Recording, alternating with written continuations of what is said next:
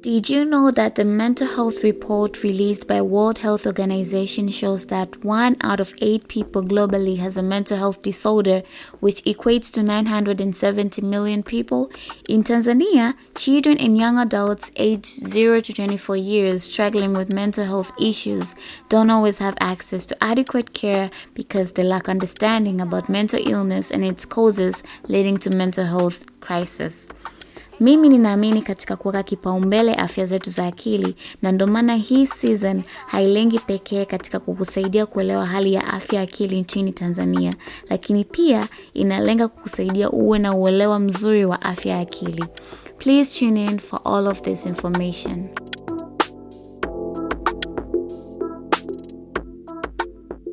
Hey guys, welcome back to Mental Glow with Jacqueline Oden, the podcast that's about helping you to nurture and prioritize your mental health. So if it's your first time to listen to Mental Glow, please do join us on our Twitter and Instagram page at Mental Glow TZ. And if you have any questions or if you want to talk about anything related to mental glow or mental health, please do not forget to use the hashtag Mental Glow TZ. So with me today, I have Aron Zahran. He is passionate about linguistics, and he has also worked as a teacher, and he is a founder of Afro Institution. So Aron, welcome, and can you talk a bit about Afro Institution? Yes, I can. Hello everyone. Hello Jackie. Thank you. Hi. Thank you for having me on Mental Glow. Thank you for having me on the pod. Sure. I'm excited to be here. We're glad to have you here today. Thank you. So, Afro Institution. Afro Institution is... So first of all, I'm Swedish. Yeah, I forgot to say about that. Yeah. So I was born in Sweden. I was raised in Sweden by a Swedish mother and a Tanzanian father. Mm-hmm. And in Sweden, we have a large community of people from Africa and African diaspora. Mm. And we also have a lot of problems with racism and discrimination. So Afro Institution, it was founded as sort of a reaction to our reality in Sweden. And we had a lot of different initiatives that led up to the creation of the organization. Mm. So we had like Black Lives Matter demonstrations, we had a range of different initiatives, and then finally we founded the organization. And our goal is to create safe spaces for people of African descent, Black people in Sweden.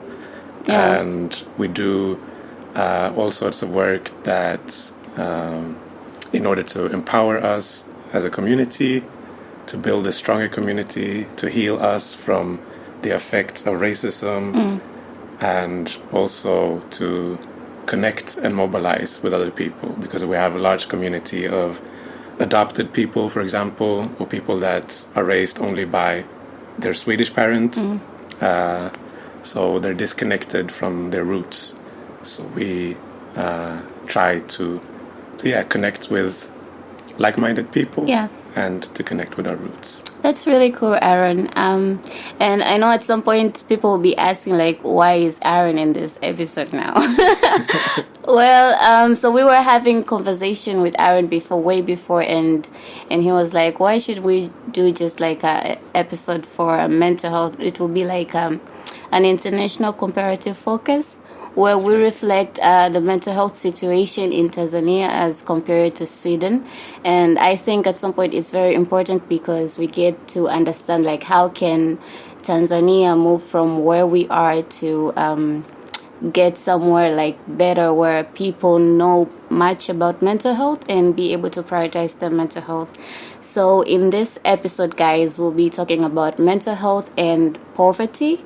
And according to the statistics of 2016 to 2020, around 4% of the world population in extreme poverty lived in Tanzania. So you guys can get to see like how the situation is right now.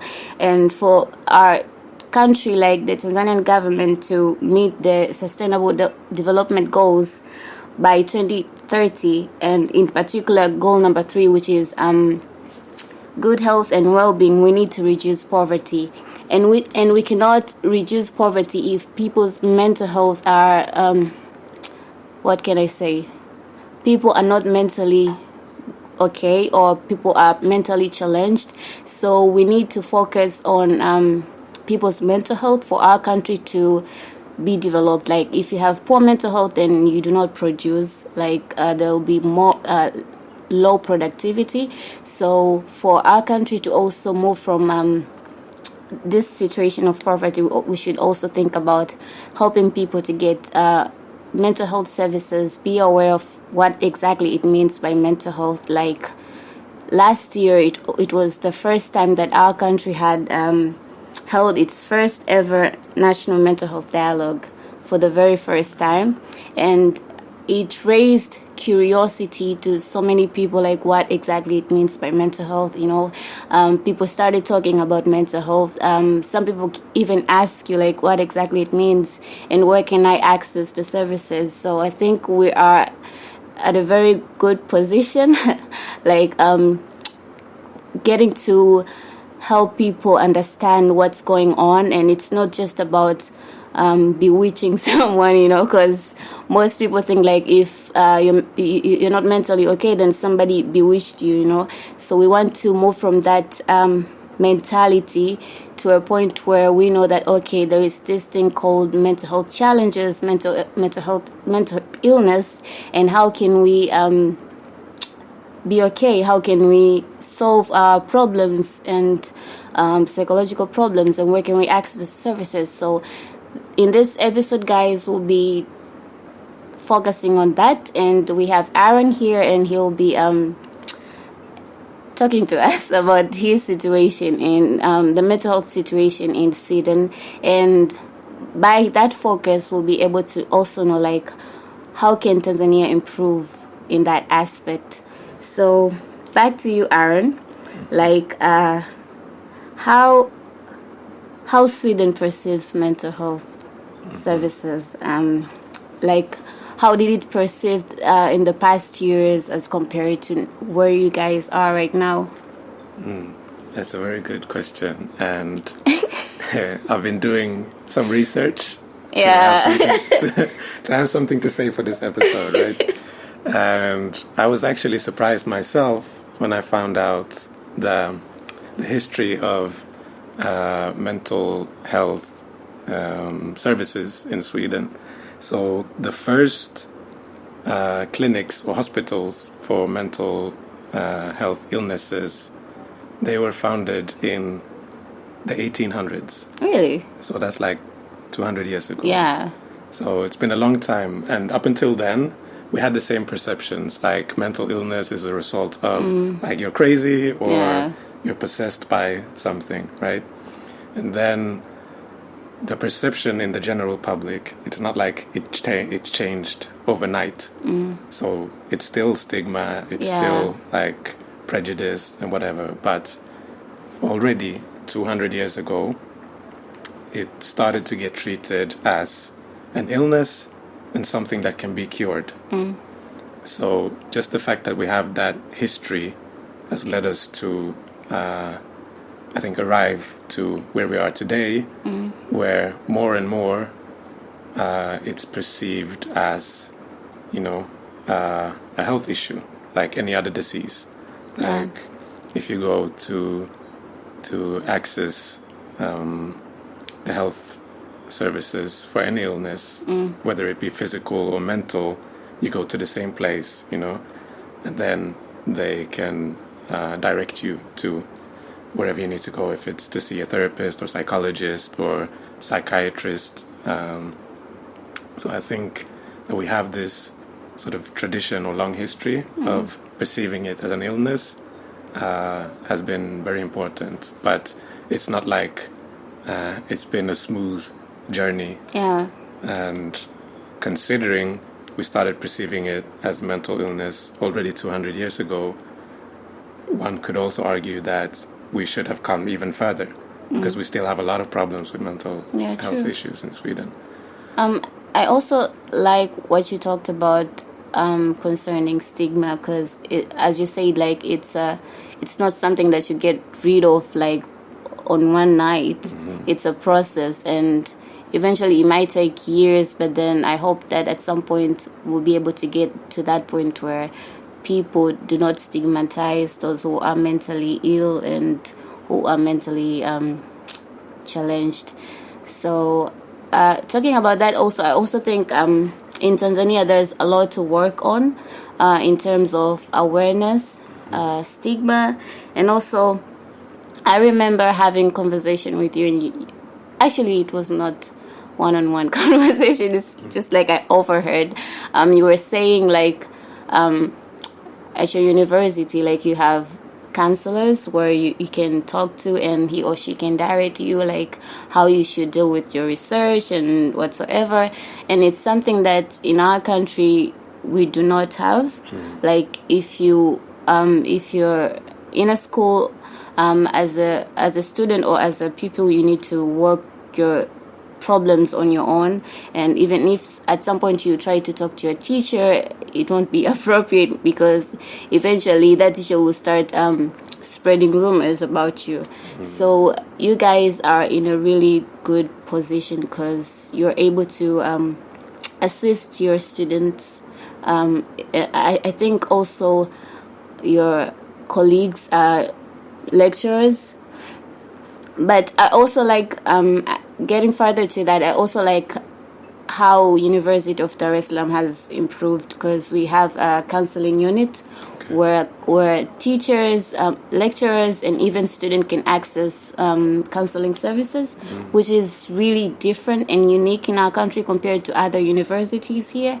So it's something that they have developed or improved as compared to how the mental health situation is in Tanzania. So Sweden, I believe it has reached in a position where it's really good. Although I think there's still stigma and some things needs to be worked on, but you're in that position where us as Tanzanians or as a country, we need to take you guys as an example and figure out on what ways can we do to get there or get to a situation where you guys are.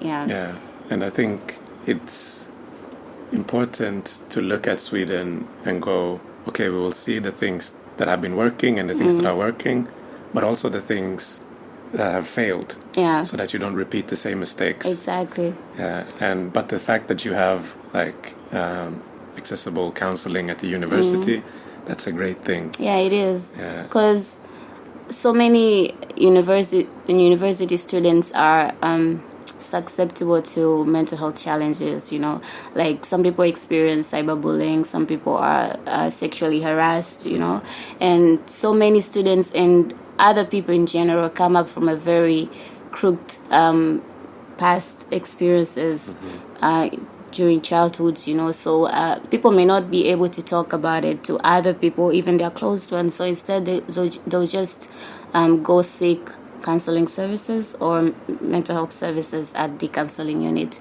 And it has been able to reach out to so many students and help them reach in a position where they understand themselves better and even have good performance at their studies. So I also did my research. And I found out that Sweden leaders are prioritizing youth mental health, like especially the most disadvantaged groups like the children. So I think in that aspect or in that focus, like what do you think that Tanzania should do? What can we learn from you guys? So I think the most important part is like you can't fix the problem if you don't fully understand the problem. So you have to do your research, you have to do like the mapping to see which are the people that are suffering from mental illness, and then based on that you can then introduce the proper methods to fight it. So for example, in Sweden we have since of 2020, we have a national plan, like a strategy to fight mental illness. And the first 2 years of this plan has been raising awareness, gathering information, and making services accessible. So, for instance, they sent out like hundreds of thousands of surveys to people, and they had to like check in the boxes. Do you experience stress? Do you experience anxiety? And then personal information is added. So you put like your age group, you put like how much you earn, and things like that. So then you can see, okay, women are overrepresented. Yeah. Young people are overrepresented. People with low income are very overrepresented. So then you can see like the links between whatever factor and mental illness. And then based on that, you know like where your focus should be. And then providing the services has been done in different ways. For example, there's been an increase in video psychologists. So like you can download an app on your phone and you can have a video call with a psychologist. Like you could probably book an appointment the same day. And like the government has both, they have their own services, but they're also like funding private companies with tax reductions and whatever in order to make it more accessible. Yeah, I think that's really good. Like, because if someone cannot access to go to a psychologist physically, then he or she can use just his phone or laptop to do it visually through the internet. Yeah, so I think it's a really good approach that like when you talk about this is me getting more like a psychology student. Like when you talk about counseling, it's more appropriate to have your client, like you can see what your client expresses, his or non-verbal communication, and so that to be able to notice like, okay, there's something wrong. But if you do it like just calling without using the video call, just a normal call or a voice call, then it won't be like, it won't put you as a therapist or a psychologist in a situation to be able to understand your client more better. So I think going with the video call, it's a good approach that you guys have used. And also I think our country right now have the government has decided to shift their focus on trying to support the mental health services in Tanzania. And I think at some point it will be also good to fund or sponsor the psychologists, like on how to run their personal what do you say, personal practice. So it's really nice. And at some point also, so many people in Tanzania don't know where they can access mental health services, and which is why in most of the episodes that I've done, I usually remind people like you can get mental health services at a hospital, and others do provide without paying any fee. You can just access the services for free. So it's really good that raising awareness, and also thinking like not just using the internet or the media to raise awareness concerning mental health. We can also go directly to people, to their homes or even streets, because some people don't have phones, some people don't have TVs whatsoever. So approaching people physically, especially in the rural areas, especially in the rural areas, they don't have access to these things. So going there, it will be a very good approach. Like, those people are going through a lot. And when you talk about poverty, it's just those are the people that are most affected, and they don't get, they get actually poor health services. And so you think about, okay, just when a person has malaria and he or she doesn't get the help that she needs or he needs, how about mental health problems? How is that person going to access those services? So we get to see that, okay, like, we have a long way to go. We have a long way to go, but if we join forces, we'll eventually get there. So yeah, that's you're absolutely right. And also, like, what you're doing, raising awareness, it's so important. And that's also like one of the things that, like, if you had this podcast in Sweden, I'm sure you could get government funding because because it's like an important initiative to raise awareness. So I don't know, like, the situation here, but that could also be an initiative from the government to collaborate with organizations and individuals that are in different ways promoting mental health and raising awareness. Yeah, because as I said earlier, like, for our country to get rid of poverty, it needs to focus on improving the health education services firstly, like education services for people to be educated, you know, and the health services, especially mental health services, because if you're mentally not okay, then it affects your whole functioning. Like, you cannot function well, you cannot produce, you cannot think properly, and that's why you find some people are doing they go to work early in the morning wasted, you know, they can't work properly. At the end of the day, I wanted to say mushasiko. At the end of the day, they get fired, you see. So there's a lot of unemployment, and that's one of the things that cause poverty in our country. And for us to move from where we are, as I said earlier, we need to focus on how can we help people to prioritize their mental health, you know, and mostly how can we help people to be able to speak up, because we've normalized the situation that men should not speak up, like they have to act strong, you know, which is not right, because they're also humans and they have feelings and they go through things that they need someone to talk to and express how they feel. But if we normalize that, then where are we going? What's the future? Like, the generation that we are bringing up, how are they going to deal with things? So thinking about that or reflecting on that makes it more important for our country to think of where we're heading and as what to do right now in terms of prioritizing mental health services in Tanzania. Yeah.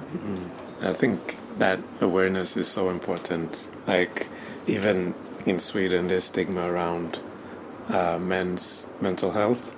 So as I said, like, women are overrepresented in self-reporting mental unwell-being.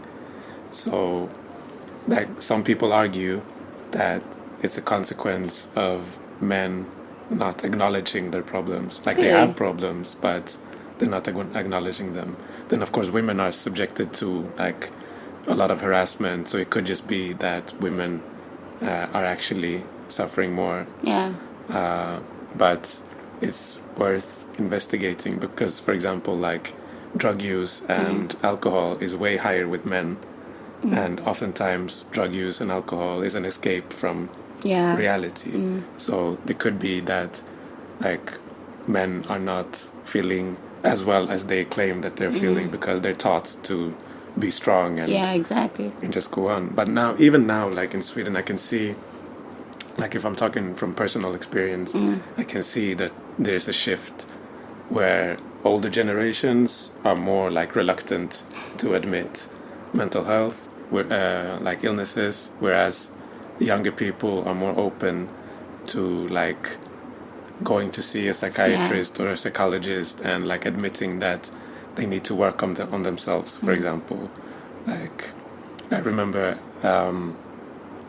like, I had so many friends that had all went to see a psychologist, and I was like, maybe it isn't so bad. Like, why haven't I gone to see one? Like, because people around me were like, yeah, you need to work on yourself, you need to be, like, emotionally intelligent and whatever. And I'm like, yeah, maybe I do need to work on myself. And just, like, admitting that is a very, like, important first step. And I don't think it would have happened if it wasn't for, like, the awareness that has been raised in the society, in the culture for, like, the last years. True. It just reminded me, like, there was this day I was talking to my dad, and I told him, like, you should, because he's a retired military personnel, Okay. so like he has gone through a lot of trauma, and I was telling him, like, you should see someone, and then he was like, no, I am okay, I am not sick. You think that I'm mentally ill? I'm not. You know, so like you get to see that more older people are not able to acknowledge that there is something wrong or they should work on something. So it's something that we should also think about on how to help those people. I had the exact same conversation with my dad, I swear. It was like, not in this lifetime going to see someone. Because it's like you're telling that person that you're weak, you need some help, you know, and they're not able to accept that. Okay, I think at some point seeking for help doesn't make you weak. It makes you stronger, and makes you a person that is more self-aware that, okay, I have some problems that I need to work on, and for me to be a better person, I should work on this, rather than having that perspective that, okay, if I go to see someone or a psychologist or even a professional, there's something wrong with me. Like there's just that part in me that doesn't that doesn't fit. But for our country in general, I also believe that raising awareness to elder or older people would be more appropriate, because some of them don't even access these phones, or they just watch TVs or read news from the newspaper. So going to them personally or individually, like even knocking on their doors, you know, you'll be able to help them, because they have no clue. Like, they might be older, but they have no clue. I remember last year I went to Zanzibar to raise awareness concerning mental health, and I was just approaching random people at Stone Town, and I was talking to these older people. Like, there was this lady was called Mana Isha, and she was older, but she was very much well informed concerning mental health issues, and she has been acting as an advocate, mental health advocate to her neighbors, to her neighbors. So, but she's saying that so many people have no clue what it means, and so if you find like a child bedwetting at his or her early, let's say 20s, you start thinking like, okay, my child is bewitched or something, which may not be true, may or may not be true. You know, some things are just they need medical assistance or even mental health assistance, I can say, psychological assistance, I don't know. But then it's just that you get to see like as you said earlier, the fact that for you to be able to know the root cause of a problem, you need to do some research, and for you to do some research, you need to be engaged with people and get to know what's really happening, like what is wrong and how can we change this. So engaging with those people and talking to them, I came to realize like, okay, it's just some of the things that contribute to where we are right now, like having no clue and starting to have an awareness. It's just some cultural practices or beliefs, and also our mindsets are not like, I think at some point it's just being ignorant. But if we educate, especially like starting in primary schools, like they should be educated concerning mental health, what it is, for them to be aware, like, okay, if something happens to me, then I know that it's not right. How can I solve that? Where can I get help?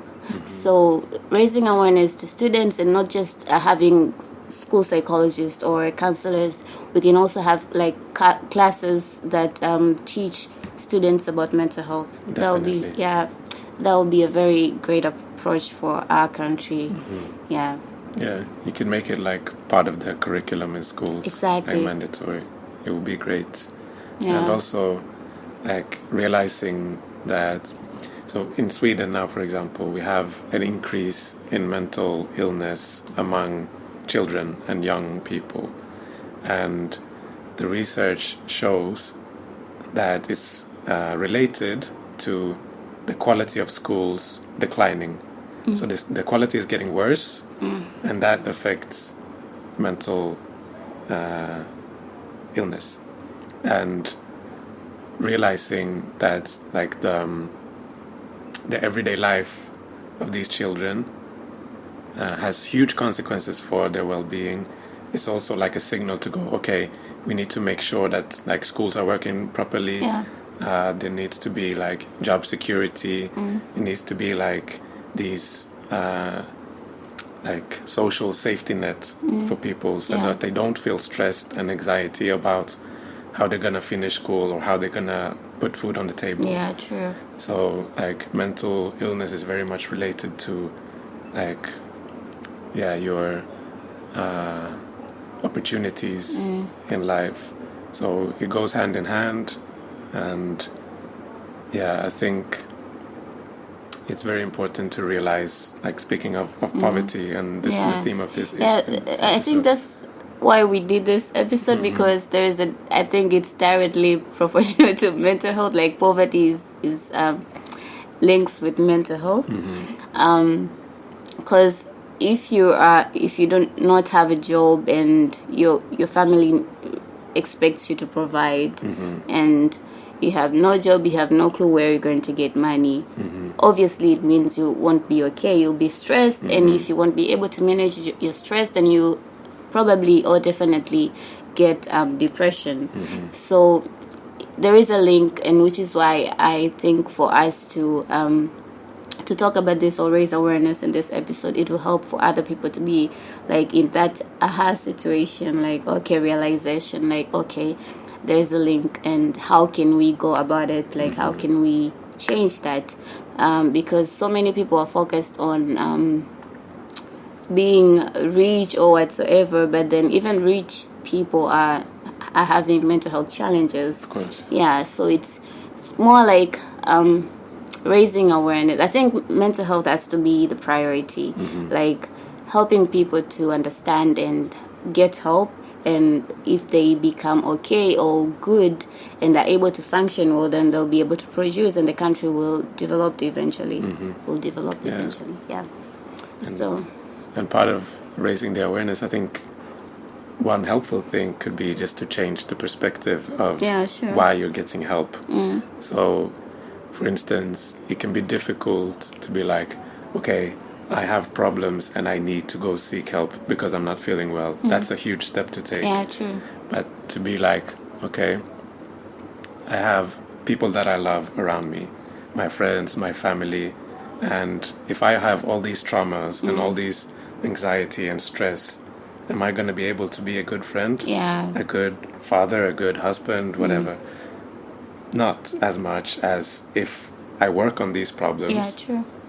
And then I can like be able to assist you with your stress, with your anxiety, and I can also function properly as, you know, a human being in my daily life. Yeah. So it's like, removing the stigma and seeing it as an investment in yourself to go and get professional help. Yeah, so I also think for the one who is listening right now, like there is this thing that I've come across. Like there was this friend of mine that shared one of my episodes about depression, and his contacts started replying like, "Are you depressed? What's going on? Like, what's wrong with you?" You know. But he was just trying to raise awareness, like people should be able to understand what depression means. So you see, there is just that stigma, like, okay, you're talking about mental health, something must be wrong with you, or somebody, let's say you had broken, let's say, you know. So I think getting rid of stigma may take a while, but I do believe that if we join forces, then we'll be able to get there. But it has to start with you. Like, how are you relating with other people? How are you educating other people concerning mental health? Are you trying to make someone feel like she's not okay just because she's stressed or she's going through something that needs some assistance? How are you talking to your friends, your family, or even your colleagues concerning mental health matters? I think that's the first question to ask yourself. Like, can you be a mental health champion? Yeah, like. I like that. Can you become a mental health champion? Like, going further and helping each one of us in this country get to another step of realization and awareness and accessing mental health services. Can you do that? So I just don't want you to listen to this episode and be like, okay, that was just another episode. That was just another episode. I want you to learn and reflect on yourself. Like, can you be that person to be able to change this situation that we have in our country? Yeah. Can you be active? And I'm really glad to have you, Aron, here in this episode, because I've been this season, like, this is the first season of Mental Glow, and my focus was on helping people to understand the mental health situation in Tanzania. So doing this comparative focus, it has also, I think, it is helping people now to understand, like, okay, so this is how it is, like, compared to other countries. And I mean, people do know, like, European countries are more developed than us, and which means that mental health services are more accessible compared to us. But hearing it directly from you, it has also reminded people that. So I think it's really important, and we have also learned that we should continue raising awareness and getting rid of this stigmatization. And also we should also focus on the younger generation, like the children mostly, because they are the disadvantaged group. And being able to educate them in schools and help them have those counseling services at schools, then it will be able to create a future generation that is, what can I say? Mental health champions. That's the word. So I think that's the start. That's where we can focus on right now as a country, like getting people aware and where they can get services, the mental health, access to mental health services. And I do hope, like, as we go on, we'll be able to get somewhere at least. We may not be able to be where you guys are right now, but then eventually, definitely. And also, like, another important step, like the thing I said in the beginning about understanding the problems. So doing, like, gathering information. You can go and knock on doors. You can send out surveys. You can, gather information in any way to make sure that you really understand, like, what's the extent of mental health issues, and, like, which groups do we need to, like, really focus on. Yeah, true. And then another thing, I think it's important to use the like the expertise and the people in the country that do know about these things. True. So, for example, in Sweden we have I don't know how the psychologists or the psychology program is structured here at uni, but in Sweden it's a 5-year program, and the last year, it's a long program. But the last year, the students, they conduct sessions with people who want counseling. So, like, it's an opportunity for people who need help to get cheaper access, because it's cheaper to see a student than to see, like, a licensed person. So it's a chance for, like, people to get accessible help, but it's also a chance for the students to, like, develop their skills early. So, like, in Tanzania, if you have a lot of students and then you don't have a lot of people that can afford to go to see a licensed psychologist, then maybe that's an option. And then the students get counseling from, like, their supervisor. True. So, like, there are different initiatives that can help in different ways, both raising awareness and actually, like, the practice of things. You've talked about something which is very important because since people started being aware of what mental health is in Tanzania since last year or 2 years past, some people have started to act as if they're psychologists, which they're not. So someone may be, let's say, an accountant, and he or she would start act like, okay, I'm a psychologist, I'm providing mental health services. And some people, you see, like, they believe that person because he'll be posting things about mental health, how can you get things which you can obviously Google, and get answers to. So there is this Tanzanian Psychological Association, which helps psychologists and especially psychology students to be able to get supervisors, like help them on how they can practice, like based on their field of interest. If you like social psychology or clinical psychology, sports, whatsoever.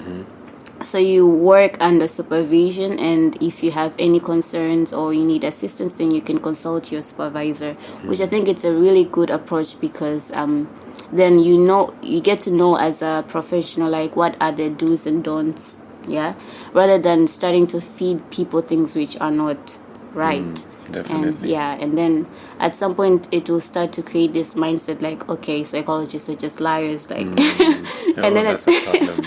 And then there are people like in Tanzania, like most people think that they have a notion that if a psychologist, let's say Aron, I just meet with you right now, and then I'd be like, I'm able to know what you're thinking right now.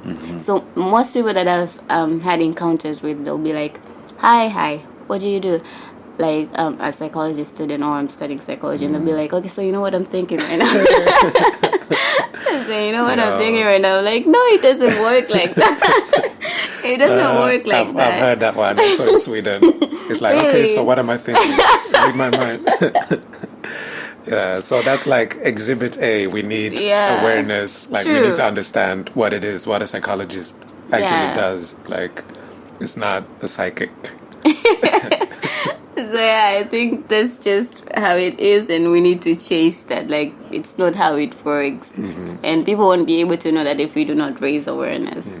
So So I really liked your suggestion, going back to that, of like introducing it in school early. True. So like you get a picture from the get-go, and then so you don't like end up 30 years later having bottled up all your emotions and traumas, and like you need to start them early. So thank you so much, Aron. Thank you, Jackie. It has been a pleasure to have you in this episode. Really, you have helped the listeners to be enlightened concerning mental health services and how we can shift our mindset to a point where we are more aware and where we can get the mental health services, and compare it to Sweden.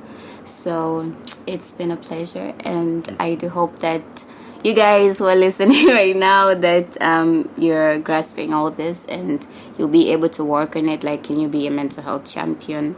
You start with yourself, you start with your family, your close ones, and be able to educate them on what mental health really means. But if you think that you're not in a position where to tell them what exactly it means, then you can just direct them to a place where they'll be able to get that awareness or mental health services. So thank you. Thank you so much, Jackie, for having me. It's been a pleasure. I learned a lot. At some point I also think that you've made most of your time in Tanzania, since you also have an episode with Mental Glow. Yes, I achieved everything. So thank you so much, guys, for listening, and until we meet again in the next coming episode, we'll be talking about so I'm not going to say what exactly we'll be talking about, so just to make you guys tune in for the next episode.